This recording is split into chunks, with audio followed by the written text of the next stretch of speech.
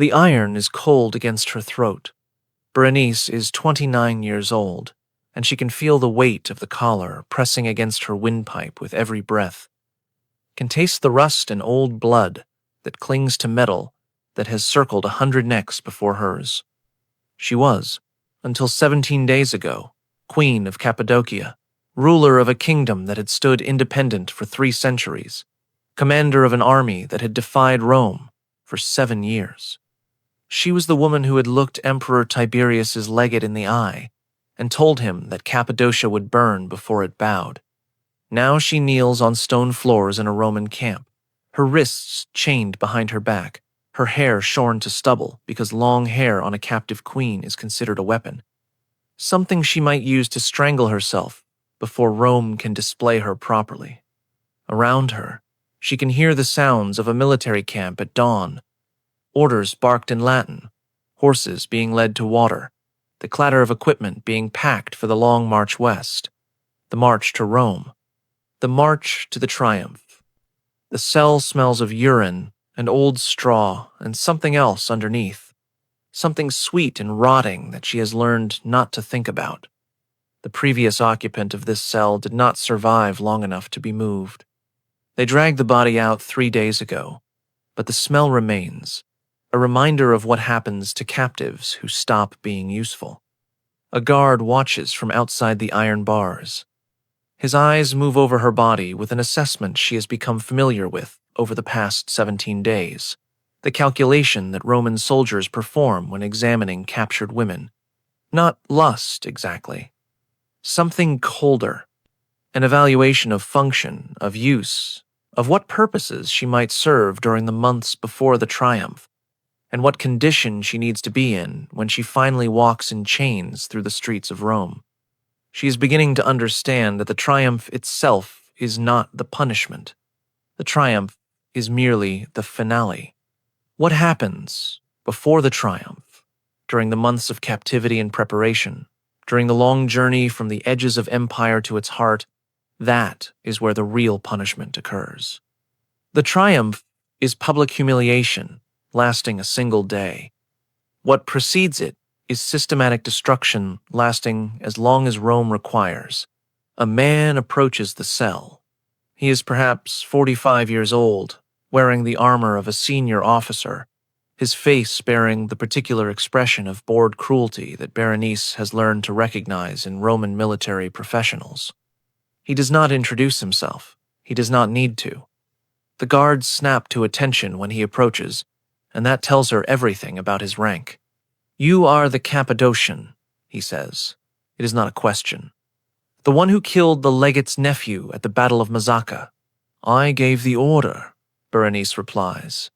Her voice comes out steadier than she expected. "My archers carried it out. He died bravely, if that matters to Rome. It does not." The officer studies her through the bars with the same assessing gaze the guards have been applying. "What matters to Rome is that you will walk in Germanicus's triumph 8 months from now. What matters to Rome is that you will be displayed as proof of Roman victory, evidence that even queens who defy the legions are eventually brought to heel. What matters to Rome is what happens to you between now and then. 8 months. The words settle into Berenice's mind with physical weight. 8 months of captivity before she is paraded through Rome and then disposed of. 8 months of being whatever Rome decides she should be. "What happens to me between now and then?" she asks. The officer smiles. It is not a pleasant expression. "You will be prepared," he says. "Prepared for the triumph. Prepared to perform your role properly. This preparation takes many forms. Some of them you will find educational. Some of them you will find less so." He gestures to the guard, who unlocks the cell door and steps inside. The guard grabs Berenice's arm and hauls her to her feet, his grip hard enough to leave bruises. "The general wishes to see you," the officer says. "He has specific plans for the Cappadocian queen. You should feel honored. Most captives are processed through standard procedures. You have attracted personal attention. Personal attention. The words carry weight that Berenice does not yet fully understand, but that makes the guard's grip on her arms seem almost gentle by comparison. She is led from the cell into morning light that hurts her eyes after days of darkness, through the ordered chaos of a Roman military camp, preparing for movement, past soldiers who stop their work to stare at her, past other captives chained in lines awaiting transport, past wagons loaded with the wealth of her conquered kingdom. She sees her crown in one of those wagons, the diadem she wore when she addressed her people, when she led her army, when she believed that courage and determination could hold back the greatest military power the world had ever known. It sits in a pile of other treasures, gold and silver and jewels stripped from her palace, from her temples, from the bodies of her nobles who died defending what was theirs. She does not cry. She has learned already that tears accomplish nothing and reveal weakness that Romans will exploit. But she memorizes the wagon's position. She memorizes the faces of the soldiers guarding it. She memorizes everything, because information is the only weapon she has left, and she intends to use it. What you are about to learn has been systematically sanitized from the histories that celebrate Roman triumph as glorious spectacle. The poets who described golden chariots and cheering crowds chose not to examine what happened in the camps and prisons and ships where captured royalty spent the months before their public display. The historians who praised Roman military achievement preferred not to document the specific methods used to transform proud monarchs into broken prisoners suitable for parading. Tonight, you will learn what the triumph actually required.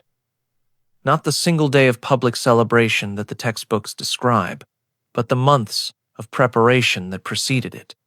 You will learn what Roman soldiers did to captured queens, kings, and princes during the long period between capture and display. You will learn why some royal captives arrived in Rome already destroyed, while others were kept in conditions that preserved their appearance while shattering everything else. You will learn about the officials whose job it was to manage royal prisoners, the specialists in what Rome called preparation, who understood exactly how to break a monarch's spirit without breaking their body. You will learn about the hierarchy of captives, why some were destined for execution after the triumph, while others were permitted to survive, and what determined which fate a prisoner received. You will learn about the specific practices that sources describe only in euphemisms, the hospitality that officers provided to their most important prisoners, the entertainment that royal captives were expected to provide during the journey to Rome. You will learn what happened to the women and children of conquered royal families, why daughters were sometimes more valuable than sons, and what purposes Rome found for royalty, too young to pose a political threat. You will learn why Cleopatra chose suicide over allowing herself to be taken to Rome, why she understood that death was preferable to what awaited her in Octavian's triumph.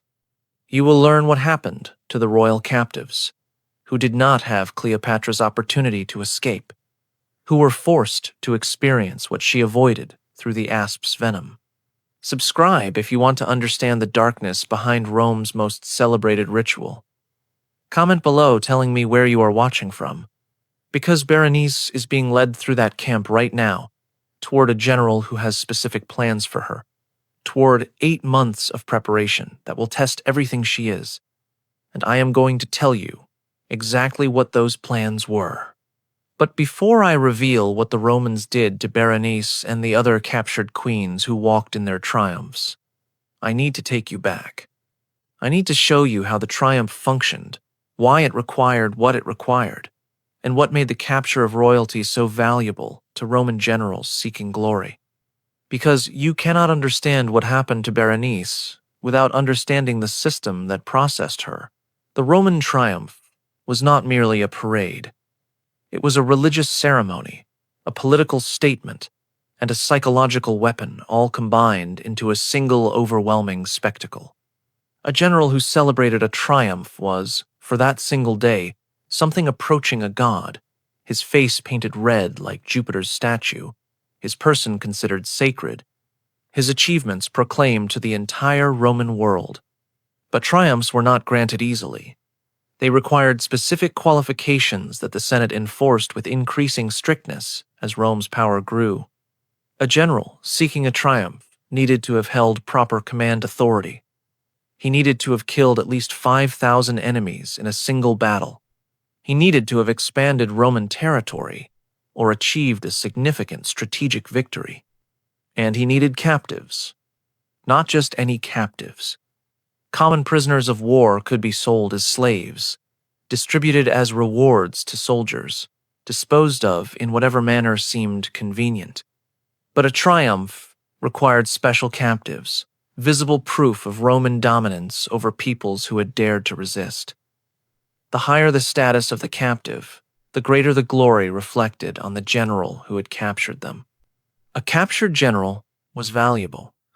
A captured king was more valuable. A captured queen, walking in chains through the streets of Rome, her royal dignity reduced to public spectacle, her body displayed as proof that Roman power respected no status and recognized no limit that was the ultimate trophy. This created specific incentives in how royal captives were treated. They needed to survive until the triumph. They needed to be recognizable as royalty, their status visible to the crowds who would judge the general's achievement. They needed to be broken enough to walk in chains without resisting, without attempting escape or suicide, without doing anything that might disrupt the carefully choreographed display. But they also needed to be accessible to those who had captured them. Roman officers who had risked their lives conquering distant kingdoms believed they had earned certain rewards. The general who would celebrate the triumph believed he had earned the right to sample his trophies before displaying them publicly. The soldiers who had fought and bled for Rome believed they deserved compensation for their sacrifices. These beliefs shaped everything that happened to royal captives between capture and triumph. The system that processed them was not random cruelty. It was organized, methodical, refined over generations of Roman conquest. Specific officials were responsible for different aspects of captive management. Specific protocols governed who had access to which prisoners, when, and for what purposes. Specific hierarchies determined which captives were reserved for the general's personal use and which could be distributed among officers who had earned the privilege. The most valuable captives, the kings and queens who would be the centerpieces of the triumph, received special treatment. They were kept separate from common prisoners. They were fed adequately and housed in conditions that prevented disease and disfigurement. Their bodies were maintained in conditions suitable for public display, but their minds were considered fair targets for whatever attention their captors wished to provide. A queen, who arrived in Rome too broken to walk, would be useless. A queen who arrived still defiant, still proud, still displaying the royal dignity that had characterized her reign, would fail to demonstrate Roman dominance. The ideal captive was someone visibly royal, but visibly defeated. Someone whose bearing showed that they had been a monarch, but whose eyes showed that they understood they were now property. Achieving this balance required expertise. It required time. It required the 8 months between capture and triumph that Berenice was about to experience. And it required men who understood how to break royalty without destroying them. The general's tent was larger than the house Berenice had grown up in before she became queen. Silk hangings covered the canvas walls. Carpets from Persia cushioned the floor. Furniture that would not have been out of place in a Roman senator's villa was arranged around a central space where braziers burned sweet-smelling wood despite the morning warmth. Gaius Germanicus Julius Caesar sat behind a desk covered with maps and dispatches, the morning light from an opened tent flap, illuminating features that Berenice had seen on coins and statues throughout the eastern Mediterranean. He was younger than she expected, perhaps 35, with the athletic build of someone who had spent his life on campaign. His expression was intelligent, calculating, and utterly without mercy. "The Queen of Cappadocia," he said. His voice was pleasant, cultivated, the voice of a man raised in the highest circles of Roman society. "I have been looking forward to meeting you. Your resistance cost me 2 years and 11,000 soldiers. That is not something I forget." "I was defending my kingdom," Berenice replied. "You were invading it. We both did what our positions required. Your kingdom no longer exists. Cappadocia is now a Roman province. Your nobles are dead or enslaved. Your army is destroyed. Your treasury is packed in wagons for transport to Rome. Everything you were, everything you represented, has been erased from the world." He paused, letting the words settle. "Except you. You kept me alive for the triumph. I kept you alive because you were the most valuable thing I captured in 7 years of war. A queen who defied Rome for nearly a decade, who killed a legate's nephew, who made speeches comparing herself to Boudica and promising to drive the legions into the sea. When you walk in my triumph, chained and broken, everyone in Rome will understand what I have accomplished. And after the triumph?" Germanicus smiled. It was the smile of a man discussing an interesting problem, not a human life. "That depends on many factors.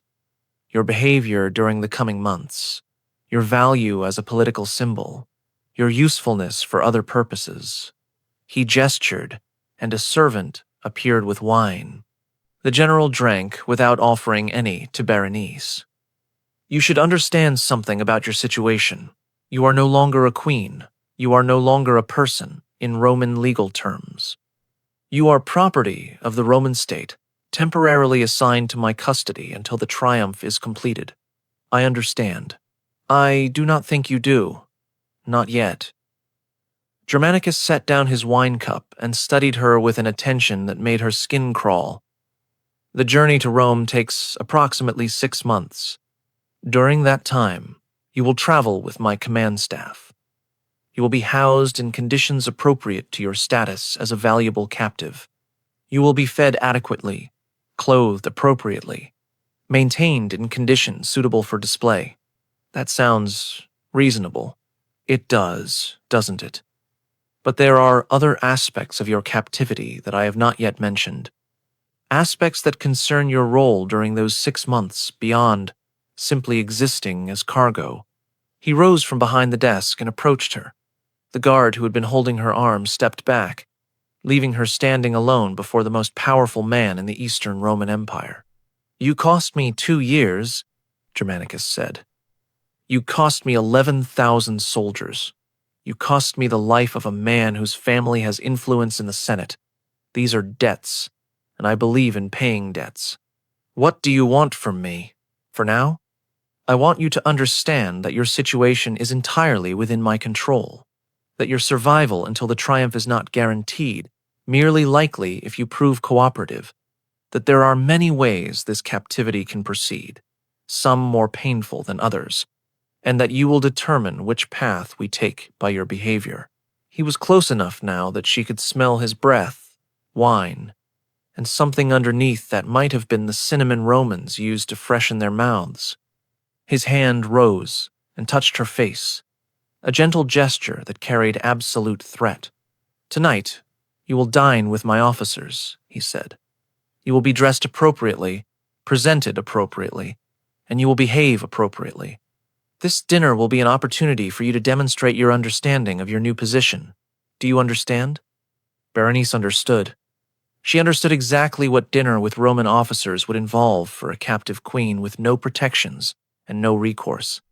"I understand," she said. "Good." Germanicus stepped back. The moment of intimacy concluded. "You will be assigned a minder, a centurion named Marcus Cornelius. He will be responsible for your care and preparation. He will explain the details of what is expected from you. Obey him as you would obey me." A guard led her from the tent. Behind her, she heard Germanicus already dictating a letter, her existence already forgotten as he moved on to other business. She was a possession, a trophy, a prop for someone else's glory. And tonight, She would learn what that meant in practice. The centurion Marcus Cornelius was not what Berenice expected. He was perhaps 40 years old, with the weathered face and scarred hands of a career soldier, but his eyes held something that the other Romans she had encountered lacked. Not kindness, exactly. Something more complicated. Awareness, perhaps. Recognition that the prisoner in front of him was a human being, rather than merely a category.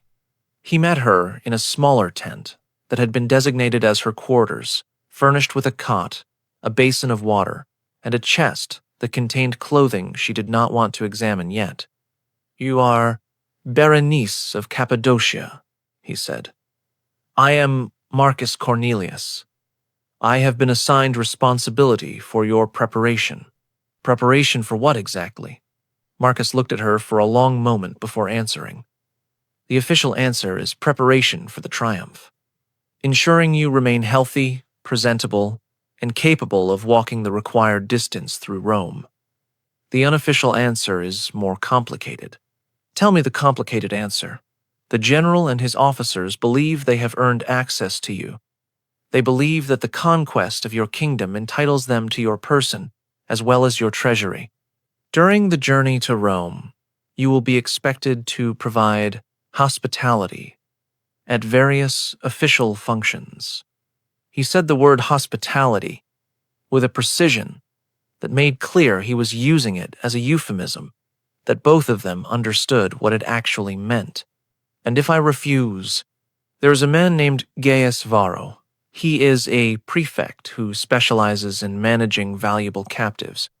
His methods are effective at producing compliance. They are also damaging, sometimes permanently. The general prefers to preserve your value for the triumph. But if you prove uncooperative, Varro will be given authority over your preparation. What are his methods? Marcus was silent for a moment. When he spoke, his voice was carefully neutral. Varro believes that royal captives need to be taught their new status through direct experience. He uses techniques designed to break resistance quickly. The captives he prepares rarely survive long after the triumph. Those who do survive are not themselves afterward. And you? Berenice asked. What are your methods? I prefer captives who survive. I prefer cooperation achieved through understanding rather than destruction. I explain the situation honestly, outline the options available, and allow the captive to make informed choices. He met her eyes directly. You have no good options. Everything available to you is terrible. But some options are less terrible than others. Choosing wisely may allow you to preserve something of yourself through what is coming. This was more honesty than Berenice had expected from any Roman. It was also more dangerous, in its way.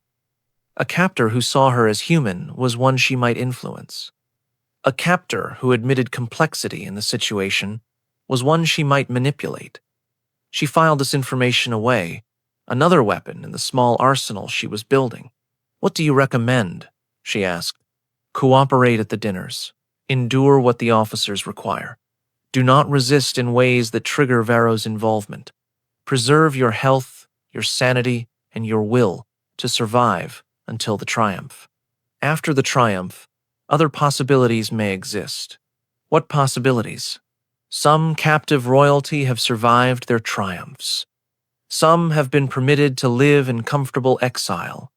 Some have even been restored to client status, ruling their former territories as Roman puppets. These outcomes are rare, but they exist. If you can remain valuable to Rome in some way beyond the triumph itself, you may have a future. A future. The word seemed almost absurd in her current situation, but Marcus spoke it as if it were real, as if planning for a future beyond captivity were not merely delusion. Why are you telling me this? Berenice asked. Why explain options to a prisoner you're supposed to be preparing for humiliation? Marcus did not answer immediately. When he did, his voice carried something she had not heard before. I have been doing this work for 15 years. I have prepared 17 royal captives for triumphs. 11 of them died within a year of their procession through Rome. 4 of them killed themselves before the triumph could occur. 2 of them survived to live something resembling lives afterward. Which do you want me to be? I want you to be the 3rd who survives. Not because I have any particular affection for you, but because I am tired of watching people destroy themselves or be destroyed when other outcomes were possible. He turned toward the tent flap, then paused. The dinner tonight will be difficult. What happens after the dinner will be worse. But if you can endure it, if you can find a way through the next 8 months without breaking completely, you may emerge from this alive. That is worth something. That is worth enduring considerable horror to achieve. He left her alone with the clothing and the chest, and the knowledge of what the evening would bring. Now I need to tell you something about the Roman triumph that the standard histories omit. The captives who walked in triumphs were not simply collected and transported. They were processed through a system designed to produce specific outcomes. This system had developed over centuries as Rome conquered territory from Britain to Parthia, processing millions of prisoners and refining its methods with each new conquest. The processing had 3 primary phases. The first phase was capture and initial assessment. During this period, prisoners were sorted according to value. Common soldiers became slaves.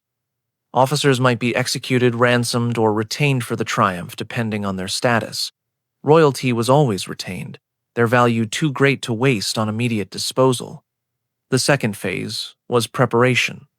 This lasted from capture until arrival in Rome, typically 3 to 12 months, depending on the distance traveled. During preparation, royal captives were maintained in physical condition while being systematically broken psychologically. The goal was to produce prisoners who could walk and stand and respond appropriately to commands while having lost all capacity for resistance or hope. The third phase was display and disposal. The triumph itself lasted a single day, but the logistics required weeks of preparation in Rome. Captives were housed in the Tullianum, the ancient prison beneath the Roman Forum, or in temporary facilities constructed for the purpose. After the triumph, their fate was determined by political calculation, execution for those who posed continued threat, exile for those who might be useful, sometimes release into Roman society for those whose cooperation had been thorough enough. The preparation phase was where the real destruction occurred. Roman officers who had conquered territory believed they had earned rewards. The general received the triumph itself, the glory and political benefits that would advance his career. The legions received bonuses from captured treasury. The officers, particularly the senior staff, who had made strategic decisions, received something else. They received access. The euphemism used in Roman sources is hospitium, hospitality, the word that Marcus employed when explaining Berenice's situation. It appears in military records as a category of expense, costs associated with providing appropriate hospitality during the preparation of important captives. Modern scholars have generally interpreted this as referring to food and housing, the practical requirements of maintaining prisoners during long journeys.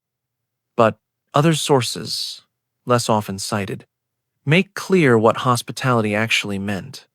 Captured royalty, particularly captured queens and princesses, were expected to provide personal service to the officers who had conquered them. This service began with dinner attendance, progressed through what the sources call entertainment, and culminated in private sessions that the records do not describe directly, but that left unmistakable traces in the pregnancy records and disease reports that survive in military archives. The service was not optional.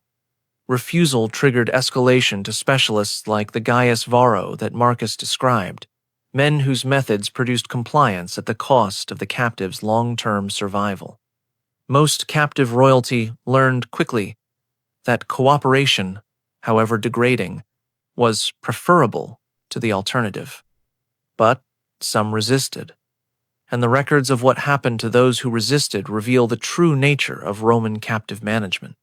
There was a Carthaginian princess in 146 BCE who refused service and was given to the common soldiers of the third cohort. There was a Macedonian queen in 167 BCE who attempted escape and was subjected to public punishment that lasted 3 days. There was a Numidian prince who fought back during a service session and was castrated, then kept alive for the triumph as a eunuch whose mutilation would be displayed alongside his defeat. These examples were not hidden. They were publicized, deliberately, as warnings to other captives about the consequences of non-cooperation. They were part of the system, the stick that complemented the carrot of survival. This was what Berenice faced as she dressed for dinner in garments selected by Romans to display her as a trophy, as she prepared to provide hospitality to the officers who had destroyed her kingdom. She understood now what Marcus meant about options. She understood that every choice available to her was terrible, and she understood that survival required choosing the least terrible option and finding a way to endure whatever it cost. The dinner was held in Germanicus's command tent, the same space where Berenice had been informed of her status that morning. But the tent had been transformed. The maps and dispatches were gone, replaced by dining couches arranged around a central space where servants moved with practiced efficiency. Torches lit the interior with golden light that softened faces and concealed expressions. 12 officers reclined on the couches, Germanicus at the position of honor, his senior commanders arranged according to rank. They wore civilian dress rather than armor, an affectation designed to create the illusion that this was a civilized gathering rather than a military function. Berenice had been dressed in a gown that left little to imagination, sheer fabric in the Greek style that the Romans associated with conquered Eastern peoples. Her stubbled hair was covered by a wig in the elaborate style that Roman women wore, the artificiality somehow more humiliating than simple baldness would have been. Gold chains circled her wrists and ankles, decorative rather than functional, symbols of status rather than actual restraints. She was presented like a dish, another course in the evening's entertainment. The Queen of Cappadocia, Germanicus announced as she was led into the space. My gift to you for your service in the Eastern campaign. Gift. The word made clear what was expected. She was being given to these men, distributed among them like the other plunder of the conquest. The officers studied her with the assessing gaze she had already learned to recognize. Some looked appreciative, some looked cruel. One, a thin man with calculating eyes, whom she would later learn was Gaius Varro, looked at her with an intensity that made her skin crawl. She is well preserved, one of the officers commented. The campaign was hard on the other royal captives. She is valuable, Germanicus replied. The triumph requires her in acceptable condition, but acceptable condition leaves considerable room for use. Laughter rippled through the gathering. Berenice stood motionless, her face carefully neutral, her mind racing through the situation and finding no escape. Let her serve the wine, Varro suggested. A queen serving Roman officers, an appropriate demonstration of her new status. Germanicus nodded approval. A servant pressed a wine pitcher into Berenice's hands and gestured toward the couches. She served. She moved among the officers, filling cups, enduring hands that found reasons to touch her as she leaned to pour. She kept her face empty, her movements precise, her awareness focused entirely on cataloging information. Who held power, who sought power, who might be useful, who was dangerous. Varro was dangerous. His eyes tracked her constantly, and when she came to fill his cup, his hand closed on her wrist with pressure that promised pain. You are resistant, he said quietly, pitched for her ears alone. I can see it in your posture. You have not accepted your situation. You still believe you might escape, might somehow retain your dignity. I am cooperating, Berenice replied. I am serving as instructed. Your body is cooperating. Your mind is elsewhere.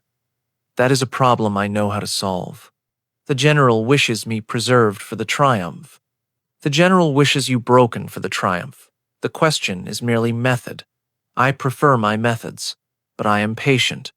Eventually, you will provide the opportunity I am waiting for." He released her wrist. The marks of his fingers would be visible for days. The dinner continued. As the wine flowed and the officers grew louder, the entertainment shifted. Musicians performed, dancers appeared. And then, as the evening reached its inevitable conclusion, the officers began making requests. The first officer who took Berenice to a private section of the tent was not cruel, merely efficient. He was finished quickly and returned her to the central space without comment. The second was slower, more interested in her reactions than her body, asking questions about her kingdom while he used her. The third left bruises that would not show beneath her clothing. By the time the evening ended, 4 officers had claimed their portion of the victory. Berenice had experienced exactly what Marcus had warned her about, and she had survived it. She was returned to her tent, to the basin of water and the narrow cot, to the solitude where she could finally allow herself to feel what she had been suppressing for hours. She did not cry. She had promised herself she would not cry until she was free, until tears could be an expression of relief rather than defeat. But she allowed herself to plan. Marcus appeared the next morning with breakfast and a physician. The physician examined her professionally, checking for injuries, applying salve to the bruises, asking questions about pain and bleeding that Berenice answered with the same clinical detachment. "She is intact," the physician reported to Marcus. "Minor damage, nothing that will affect her presentation. She should be fit for service again within 2 days." Service. Another euphemism. Berenice was learning the vocabulary of her captivity, the civilized language Romans used to describe uncivilized things. When the physician left, Marcus sat down on the chest that contained her clothing and studied her with an expression she could not read. "You survived," he said. "Was there doubt? There is always doubt. Some women break during the first dinner. They resist, they fight, they trigger responses that damage them beyond repair. You did not. I am not interested in being damaged beyond repair. I am interested in surviving." "Good. Survival requires strategy. Do you have a strategy?" Berenice considered the question. She had been forming a strategy since the moment of her capture, but she had not spoken it aloud.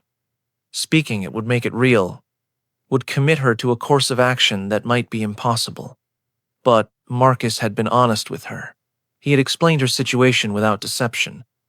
Perhaps honesty deserved honesty in return. "Germanicus wants me broken for the triumph," she said. "But he also wants me recognizable as a queen. Too much breaking and I become useless. Not enough, and I fail to demonstrate his victory." "That is accurate. My strategy is to appear to break while remaining intact inside, to give him what he needs for the triumph, while preserving enough of myself to have a future afterward." Marcus nodded slowly. "That is a difficult balance. Many have attempted it. Most have failed. What made the failures fail? They could not maintain the pretense. The horror accumulated faster than their ability to process it. They either broke genuinely, or they revealed their resistance and triggered escalation. What made the successes succeed? They found something to hold on to, some reason to survive beyond mere survival, a purpose that sustained them through experiences that should have destroyed them. What kind of purpose? It varies. Some focused on revenge, though revenge from captivity is rarely possible. Some focused on children, though the children of captive queens often fare poorly. Some focused on preserving something knowledge, traditions, stories that would otherwise be lost. Berenice thought about her kingdom, now a Roman province, her nobles, dead or enslaved, her treasury, packed in wagons, her culture, already being erased by Roman administrators who would rename her cities and replace her temples. "My kingdom is gone," she said. My children are dead. My son was killed in the siege. My daughter was taken, and I do not know where. I have no revenge to take, no legacy to preserve, nothing except myself. Then you must find something else. Marcus rose from the chest. You have time. The journey to Rome takes 6 months. During that time, you will endure dinners like last night, perhaps once per week. Between dinners, you will travel, you will observe, you will think. Use that time to find your purpose. And if I cannot find one, then you will break, eventually. Not today, not tomorrow, but somewhere during the months ahead. The weight becomes too heavy if there is nothing to carry it for. He left her with that warning and the remains of her breakfast. She ate mechanically, her mind working through the problem he had posed. She needed a purpose. She needed something worth surviving for. She did not have one, not yet. But she had 6 months to find one. The journey west began 3 days after the dinner. The army moved in disciplined columns, thousands of soldiers, hundreds of wagons, and a train of captives that stretched for nearly a mile. Berenice traveled in a covered wagon that offered protection from sun and rain while reminding her constantly that she was cargo. The wagon was comfortable by military standards, cushions to sit on, canvas walls that provided privacy, water and food available, but it was still a prison on wheels, moving inexorably toward Rome. She was not alone in the wagon. 3 other captives shared the space, 2 women from Cappadocian noble families, and a girl of perhaps 12 who had been a princess before the conquest. They had all survived the first dinners, all learned the vocabulary of survival that captivity required. The older women were already broken in the ways that mattered. They complied without resistance, served without complaint, spoke of the future as if it were a foreign country they would never visit. They had accepted their status, internalized it, become what Rome wanted them to be. The girl, whose name was Ariadne, was different. She watched everything with eyes that missed nothing, remembered everything, calculated constantly. She reminded Berenice of herself at that age, before she became queen, before she learned to hide her intelligence behind appropriate feminine modesty. You are planning something, Ariadne said one afternoon, when the older women were sleeping and the wagon's motion had settled into a steady rhythm. What makes you think that? You look at everything like you are memorizing it, the guards' schedules, the positions of the wagons, which officers have authority over which prisoners. You are collecting information. Berenice considered denying it, but the girl was perceptive, and deception would only teach her not to trust, which might damage her chances of survival. I am collecting information, Berenice admitted. I do not yet know what I will do with it, but information is the only resource I have, so I gather it. Can I help? What do you know how to do? I know how to listen. Soldiers talk around me like I am furniture. They say things they would not say if they remembered I could understand Latin. What kind of things? One of the centurions is stealing from the baggage train. Another is having an affair with the general's secretary. A third has gambling debts that he cannot pay. Ariadne listed the information with precision. I do not know if any of it is useful, but I have been collecting it, like you. Berenice felt something shift in her chest, a warmth she had not expected to feel again. This girl was smart, observant, potentially valuable. She was also young and vulnerable, and likely to be destroyed by what awaited her in Rome. Perhaps that was the purpose Marcus had told her to find, not survival for its own sake, but survival for someone else's sake. Protecting this girl who reminded her of herself, who had the same intelligence and determination, who might have a future if someone helped her navigate the coming horror. Keep collecting, Berenice said. Tell me what you learn. Together, we may be able to use it. Ariadne nodded, her expression serious beyond her years. What are we trying to achieve? I do not know yet, but I am starting to believe we might achieve something. It was not much of a purpose. It was barely the beginning of a plan, but it was something to hold on to, something worth surviving for. For the first time since her capture, Berenice felt something that might have been hope. The journey continued. The dinners continued. The systematic exploitation of captive royalty continued. Each event another horror to be endured, another night to survive, another step toward a future that might or might not exist. Berenice learned the officers' names, their preferences, their weaknesses. She learned who was ambitious and who was satisfied, who resented Germanicus and who worshipped him, who might be useful and who was simply dangerous. Gaius Varro remained the greatest danger. He watched her constantly, waited for any sign of resistance that would justify transferring her to his authority. She gave him nothing, performed her required service without complaint, maintained the appearance of submission that kept him at bay. But she was not submitting. She was observing, planning, building a map of the social terrain she would need to navigate. Marcus continued his role as her minder, their conversations becoming longer as the journey progressed. He told her about his family in Italy, a wife and 2 sons he had not seen in 3 years. He told her about his career, 20 years of military service that had taught him everything about the Roman system and left him deeply ambivalent about what he had participated in. "Why do you do this work?" Berenice asked one evening, 3 months into the journey.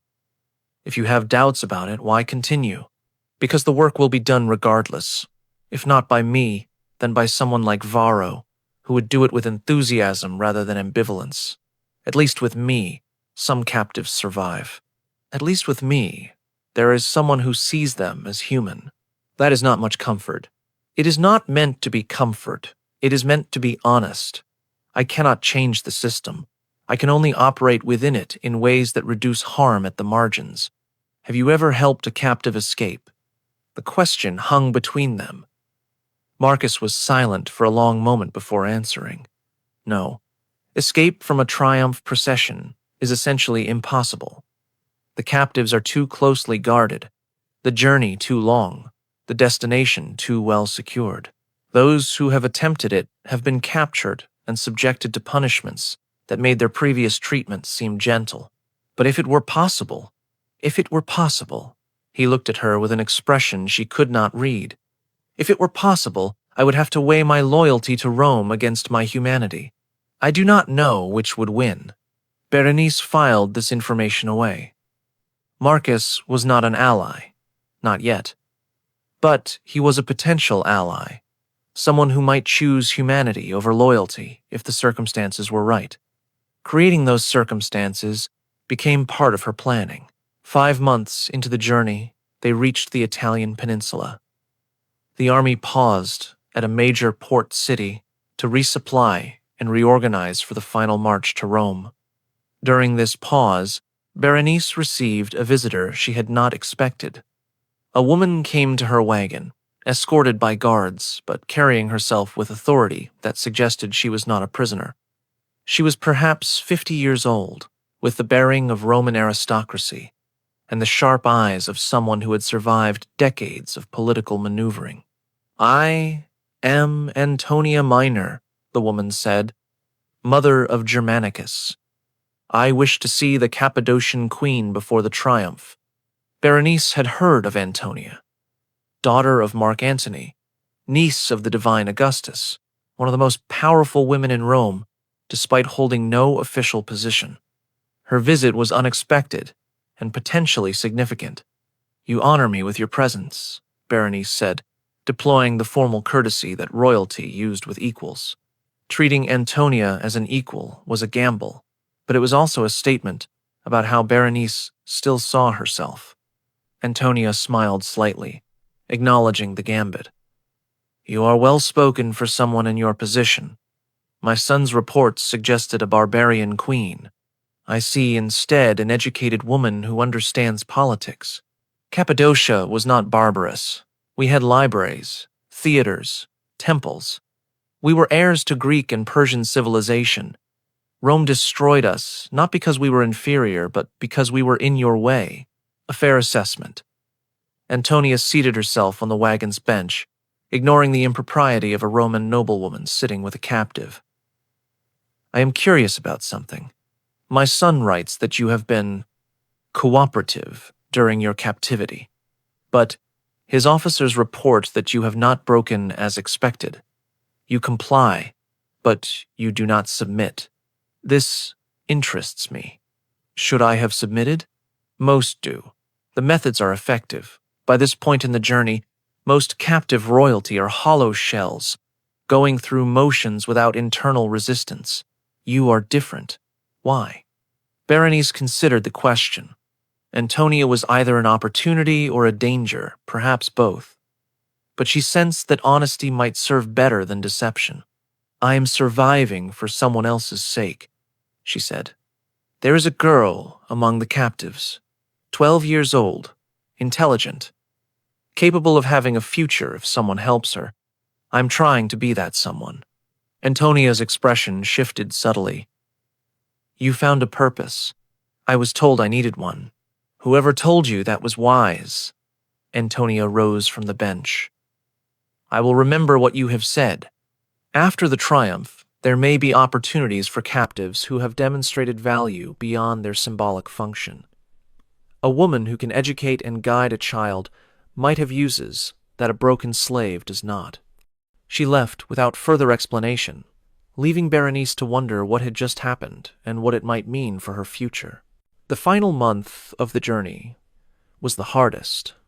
As the procession approached Rome, the atmosphere intensified.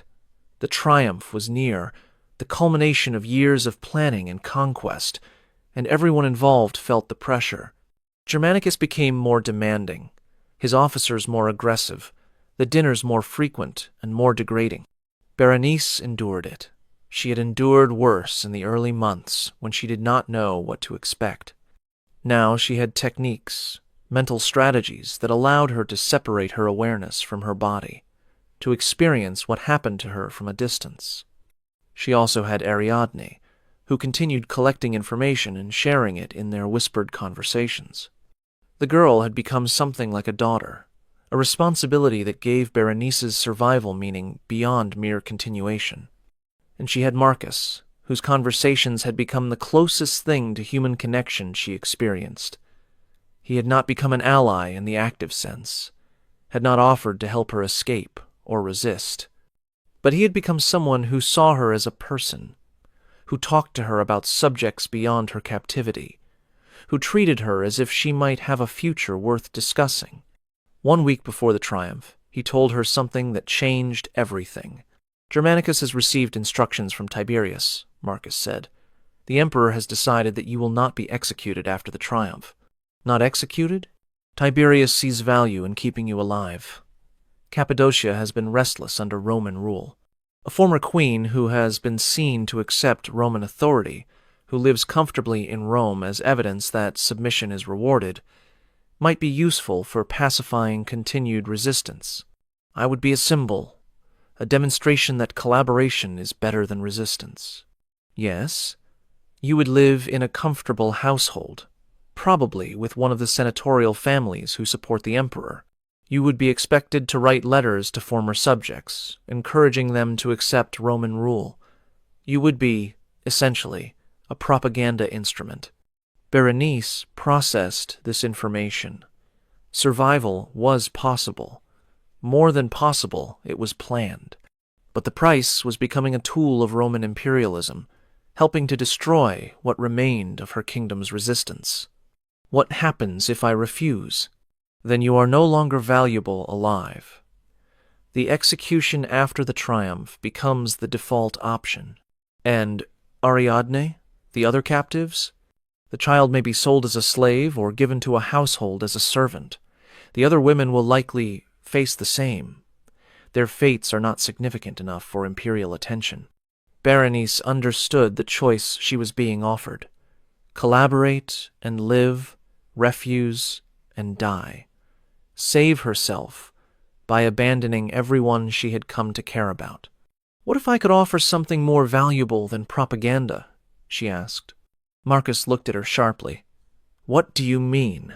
I know things about Cappadocia that Roman administrators do not. The locations of hidden treasuries that were not found during the conquest. The names of underground resistance leaders. the internal politics of families that are pretending submission while planning rebellion.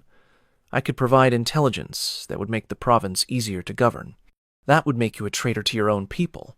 I am already a traitor. I survive by providing service to the officers who conquered me. The question is not whether I betray my people, but what I receive in return for the betrayal. What do you want? I want Ariadne.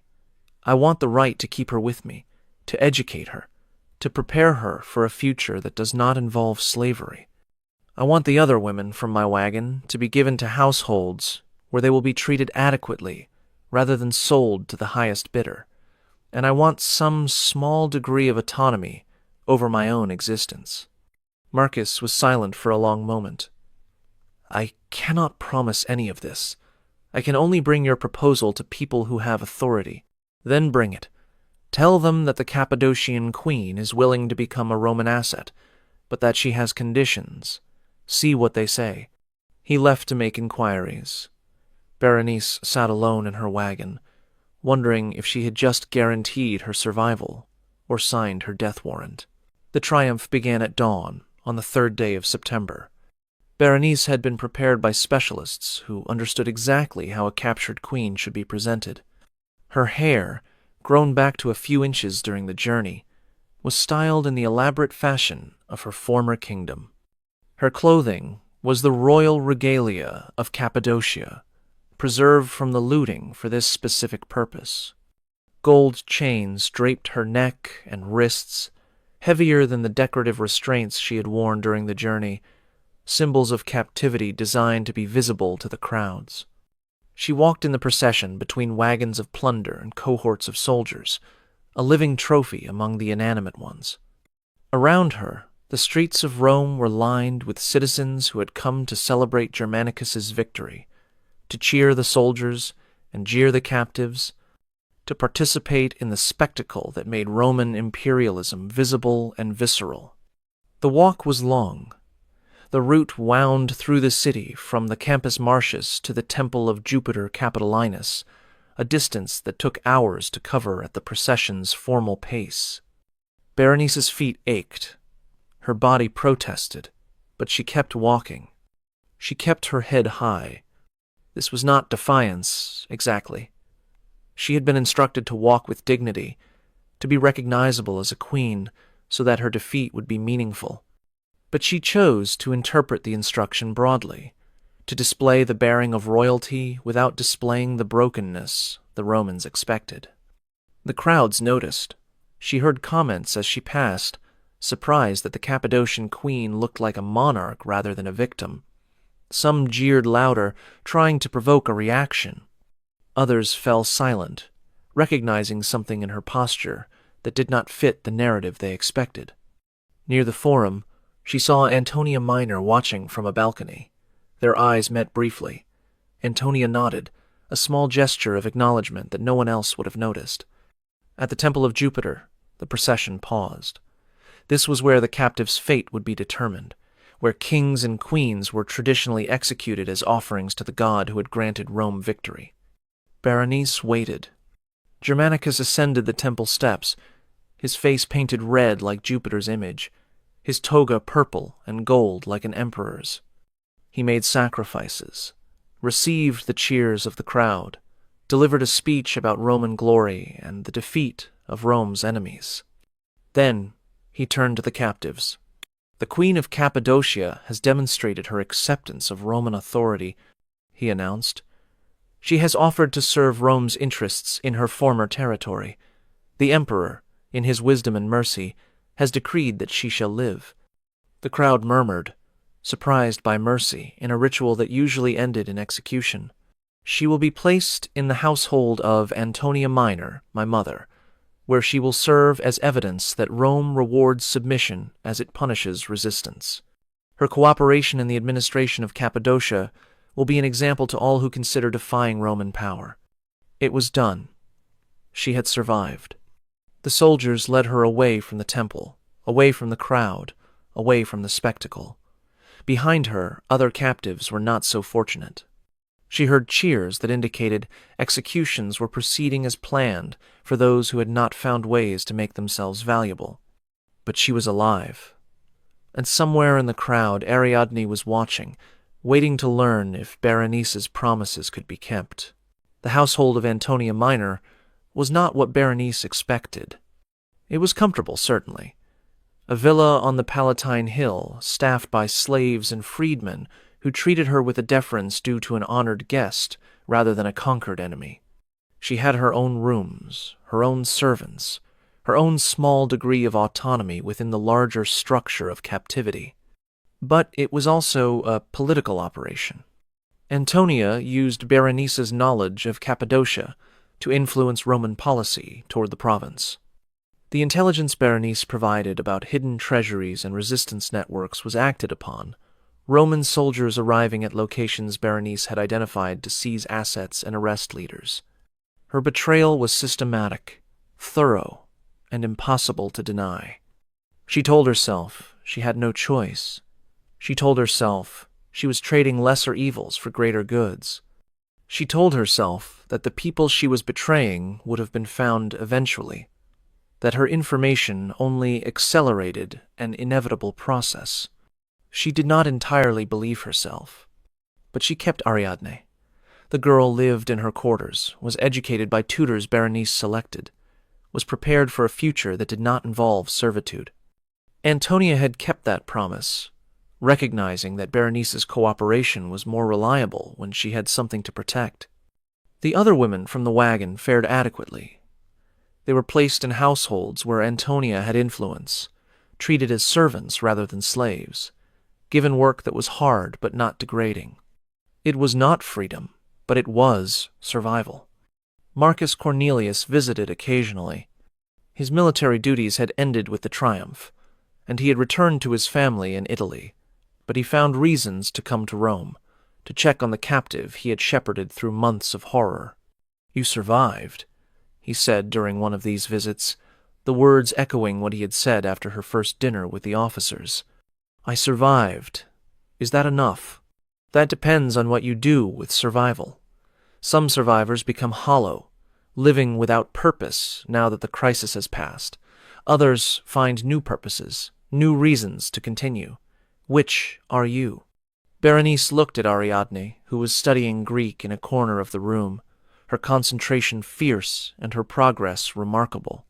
"I am trying to be the second kind," she said. "I am trying to find purposes that justify what I have done to survive. And are you finding them? I am raising a girl who will grow up educated, capable, free in ways that I will never be. I am preserving knowledge of my kingdom that would otherwise be lost, writing histories that Romans will dismiss but that future generations might discover. I am living, and as long as I am living, I can do things that the dead cannot." Marcus nodded slowly. "That is more than most survivors achieve. It is not enough. It will never be enough, but it is what is possible, and I have learned to work with what is possible, rather than mourning what is not." He stayed for dinner that night, the first time she had shared a meal with a Roman man without the expectation of service afterward. They talked about philosophy, about history, about the futures they might have had in a different world. It was almost like friendship, almost like the human connection that captivity had stripped away. When he left, Berenice returned to her writing, preserving another fragment of Cappadocian history before it was forgotten entirely. The years passed. Ariadne grew into a young woman of remarkable intelligence and determination. At 16, she was freed by Antonia, who recognized that an educated freedwoman was more valuable than an enslaved girl. At 18, she married a Greek merchant who treated her as an equal, who valued her mind as much as her beauty. At 20, she had children of her own, children who would grow up free, who would never know what their grandmother had endured to make their existence possible. Berenice watched all of this with satisfaction that did not quite dispel her grief. She had saved one girl. She had betrayed a kingdom. The mathematics of survival did not balance easily. Antonia died in 37 CE, and Berenice's status became uncertain. She was not a slave. Antonia had freed her years earlier as a reward for continued cooperation, but she was not truly free either.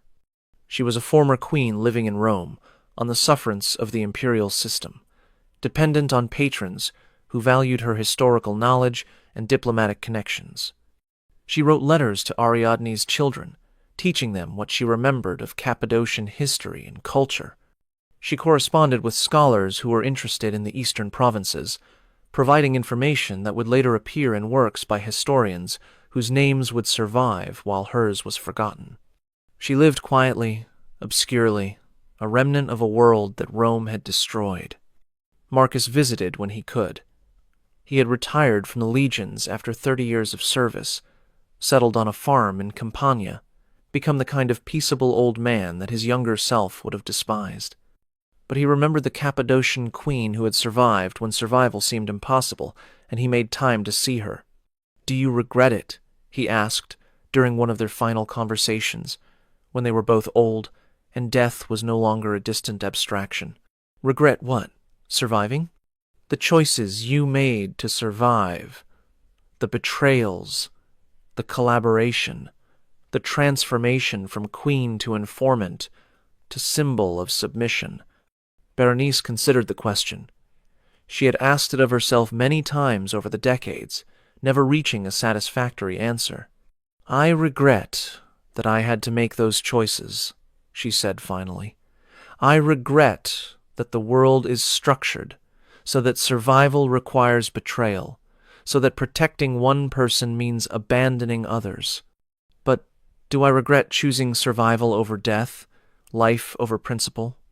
No, I do not. Even knowing what it cost? Even knowing.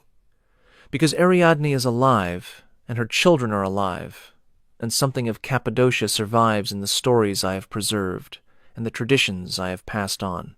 If I had died in the triumph, if I had chosen principle over survival, none of that would exist. The dead do not write histories, or raise children, or preserve what would otherwise be lost." Marcus nodded slowly. "I think you made the right choice, for whatever my judgment is worth." "Your judgment is worth more than you know. You saw me as human when others saw only a trophy. You helped me find purpose when I had lost everything else. I survived, partly because you showed me survival was possible." They sat in silence for a while, two old people who had witnessed the machinery of empire from different positions, who had found ways to remain human despite what they had participated in. "Will you be remembered?" Marcus asked. "No, not by name. The histories will mention the Cappadocian queen who walked in Germanicus's triumph, but they will not record what happened to her afterward. I will disappear from the record, as I disappeared from public life. That seems unjust. Justice has nothing to do with history. History remembers the powerful and forgets their victims. But somewhere, in copies of my writings, in the memories of Ariadne's descendants, in the fragments that survive when empires fall, something of me will remain. Something of Cappadocia will remain. That is all I can hope for. That is enough."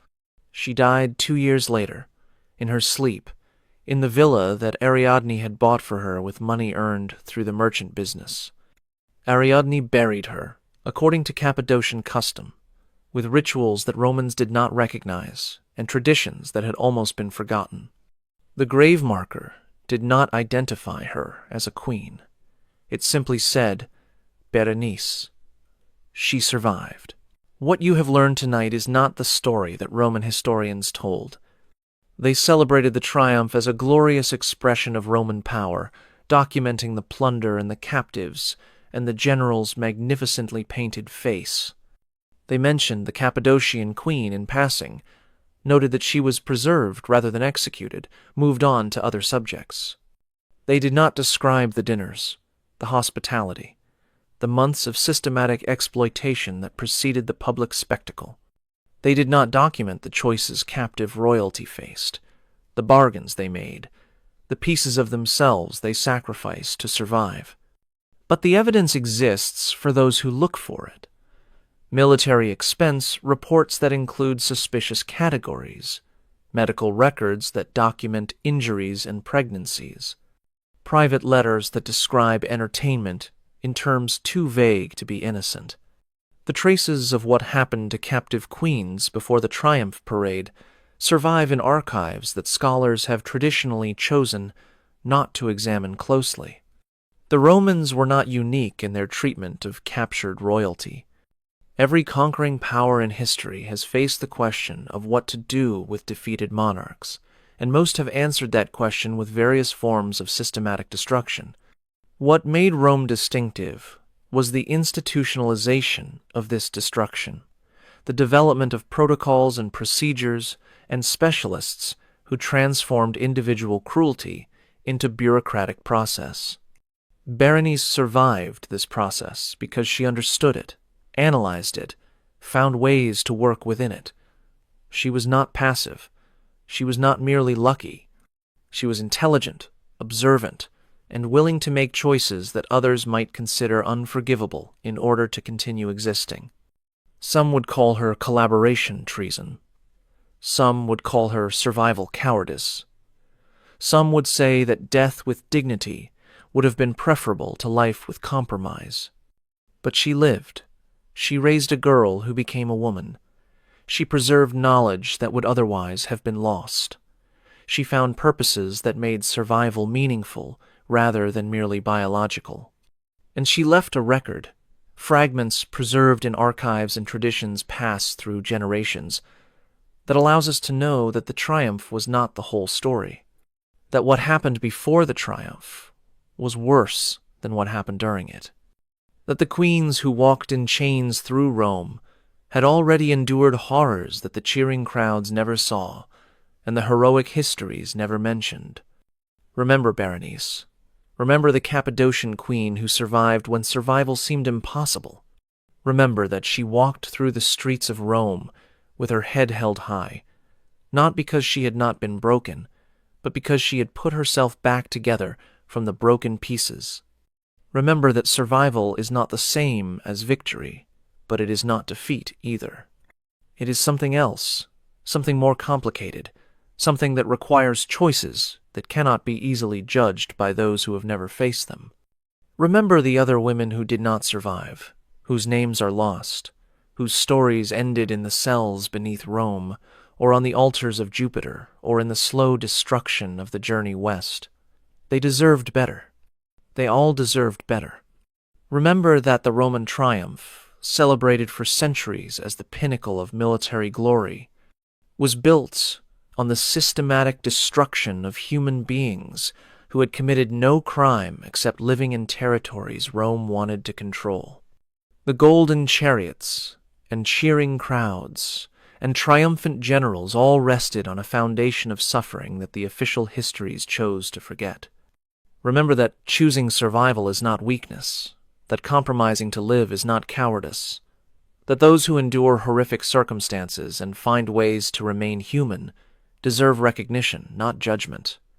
Remember Berenice, writing her histories in a Roman villa, raising a girl who would have children of her own, preserving what could be preserved of a world that Rome destroyed. She survived, and sometimes surviving is its own form of victory. Subscribe if you want more hidden histories revealed. Comment below telling me where you are watching from. Share this video with anyone who thinks they understand the Roman triumph from what they learned about military glory and public celebration.